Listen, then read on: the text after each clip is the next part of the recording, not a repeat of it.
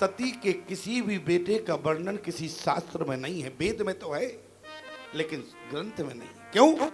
शंकर भगवान ने कहा गोस्वामी जी से इसमें हमारे बेटे के वर्णन मन नहीं करना। क्यों?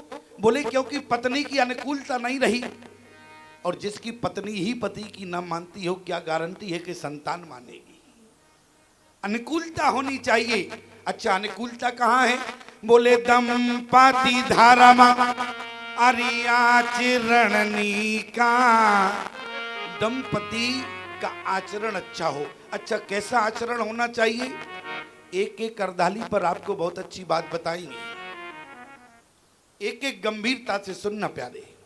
अनुकूलता क्या है? पत्नी के जीवन में क्या अनुकूलता है? बोले पत्नी का आचरण कैसा होना चाहिए? बोले पत्नी अपने पति के अनुकूल हो। समझ लेना कि आचरण से श्रेष्ठ है। पत्नी के आचरण को देखकर पति प्रसन्न रहता हो प्यारे, समझ लेना ये आचरण की प्रधानता है। शास्त्र का प्रमाण क्या है? बोले कौशल्यादि नार प्रिय। ऐसा नहीं है कि हम बहुमुखी मन से बोल रहे। क्या लिखा? बोले कौशल्यादि नार प्रिय अरि सब आचरण पुनीत। पुनीत आचरण क्या है? बोले पति अनुकूल। अब बताओ, हमने अपने मन से लिखा कि पहले से लिखा? क्यों? क्या लिखा? देखो, तुम सब लोग सिर का संकेत कर रहे हो। माताएं कह रही होंगी हमारे ही चरित्र की बात हो रही, हमारे ही आचरण की। अरे जितना जो कुछ है हमारे लिए है। हमारा आचरण पति के अनुकूल हो, और पति का आचरण, याद रखना गोस्वामी जी एक पक्ष की बात नहीं कर रहे। माताएं कभी कभी पूछ देती है, स्वामी जी हमारा आचरण इनके अनुकूल हो, हमारे आचरण को देखकर पति प्रसन्न होवे। और पति का आचरण कैसा हो? ये चाहे रात के 11 बजे आवे, चाहे 2 बजे आवे, और चाहे रात कर घूमते हुए चले आए।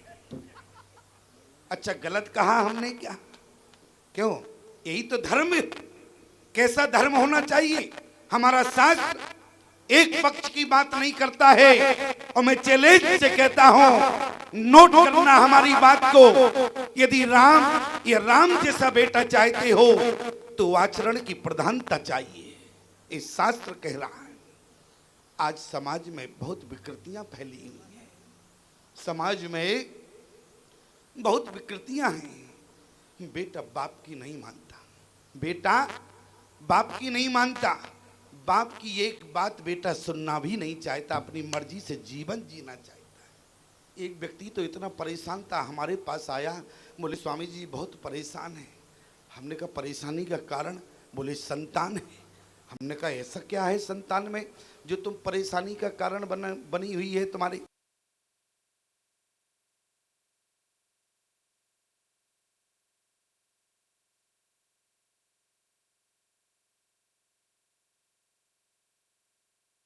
बेटा तुम्हारी तो मानता नहीं है। बोले मानता नहीं है, वो गालियां भी देता है। हमने कहा तब तो बहुत खराब है। कहीं हम तुम्हारे घर गए, 2-4 गालियां हमें थमा दी तो क्या हम क्या करेंगे? क्यों? तो हमारी भी भाई किरकिरी होगी समाज में। अरे स्वामी जी को गालियां दे दी उसके बेटे ने, अच्छा हम क्यों जावे? अच्छा हमारी संतान तो है नहीं जो हम उसकी गालियां सहे। हमने कहा एक काम करो, हम बेटे को न समझा पावे, तुम्हें समझा दे तो ठीक रहेगा कि नहीं? अरे बोले तो हमें समझा दे, आप कोई बात नहीं। तो हमने कहा एक काम करो, हमारी कथा जिस दिन यहाँ विसर्जन होगी तुम बैग लगा के आ जाना। बोले बैग लगा के क्यों आ जाए?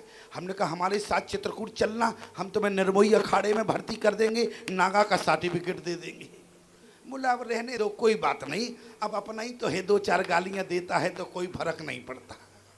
अच्छा बताओ मति बदल गई कि नहीं बदल गई? क्यों? अब मैं आपसे अनुकूलता की बात चल रही है, जरा समझदार बैठे, समझने का प्रयास करें। अनुकूलता क्या है?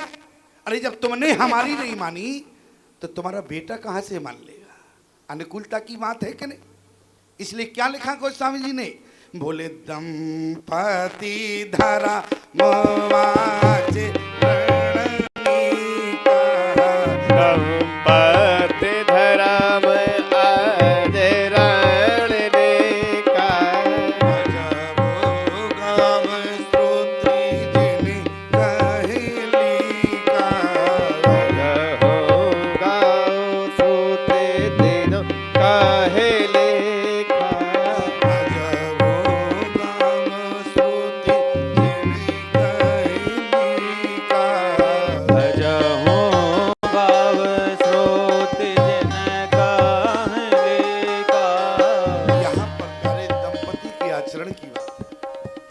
मैं आपसे कहूँ यदि नीचे बैठने में दिक्कत होती हो तो आप कुर्सी पर बैठ सकते हैं आराम से। हाँ आप मैं भैया का नाम तो नहीं जानता, ये आपके आगे आप लाल कुर्ता पहने। हाँ यदि नीचे न बैठ पाए तो आप कुर्सी पे आराम से बैठ जाएं, है ना, अगर नीचे बैठने में दिक्कत हो रही हो, क्योंकि हम देख रहे हैं आप जो है, तो इसलिए मैं समझ रहा हूँ शायद आपको नीचे दिक्कत हो रही हो, इसलिए व्यवस्था अनुकूल है, आप बैठ सकते हैं। हाँ तो मैं आपसे निवेदन कर रहा था अनुकूलता की बात। माताएं कहती है सारे नियम हमारे लिए, इनके लिए कोई नियम नहीं है। तो जरा विचार करना, इनके लिए यदि हम एक उदाहरण दें, आप तो भारतीय सनातन धर्म के वो हीरा है, और हीरा को अच्छा अच्छा अच्छा, अरे मैं तो पहचान ही नहीं पाया, बहुत, अरे आपके यहाँ तो हम बहुत गए, बहुत रुके, बहुत बहुत धन्यवाद आप। हाँ, अच्छा मैं देख नहीं पाया, आपने जब भागवत कराया था जब दिनेश आचार्य जी गए थे, है ना। हाँ मैं सम्मेलन में गया। अच्छा अरे वाह बहुत अच्छी बात, अब तब तो सोफा पे भी विराजमान, क्योंकि वहाँ जो है इनके जन्मभूमि पर हम जाते हैं और इनके घर में ही रुकते हैं 5 दिन। और बड़ियल बेचारे बहुत मेहनत से जो है, इनके भाई तो बेचारे ऊपर नीचे चढ़ने में भी बहुत दिक्कत होती है। अब ऊपर के कमरे में हमें रुका देते हैं, बार बार चढ़ के आना पड़ता है। अच्छा बाबा को जहाँ रुका दोगे तो स्वागत सत्कार के लिए तो जाना आना पड़ेगा। जरा विचार करना। केवल मैं इतना कहना चाहता हूँ, हीरा को तिजोरी में रखा जाता है और इसके बाद भी वहाँ ताला होता है, फिर कमरे पर ताला, फिर बाहर ताला, इसके बाद भी 2 गार्ड खड़े होते हैं। इसलिए याद रखना। और ऐसे समझो जैसे एक परचून की दुकान होती है, अब परचून की दुकान में काजू बादाम के डिब्बे बाहर लगे होते हैं दिन को, और जब दुकान बंद होती है तो क्या होता है, काजू बादाम के डिब्बे अंदर हो जाते हैं और जो नमक के बोरे हैं वो बाहर पड़े रहते हैं। क्यों? नमक के बोरे बाहर रहते हैं।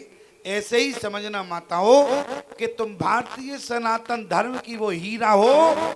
कौन जानता है कि भारतीय सनातन धर्म की नारी के गर्भ में दादू कबीर जैसे संत सो रहे हैं, इसलिए कीमत आपकी है। ये तो नमक के बोरे हैं, कौन माई के लाल इनको ले जाने वाला है। इसलिए लेकिन एक बात बताएं, शास्त्र आपकी भी धर्म की बात करता है। क्या? पत्नी पति के अनुकूल हो। और पति कैसा हो? बोले पति जो है धर्म के अनुकूल हो। तो राजा दशरथ कैसे हैं? बोले धर्म धुरंधर, आरि गुण निधि ज्ञानी, और हृदय भगति मति सारंग पानी। ऐसे चक्रवर्ती सम्राट राजा दशरथ हैं, धर्म के अनुकूल है, और कौशल्या पति के अनुकूल हैं।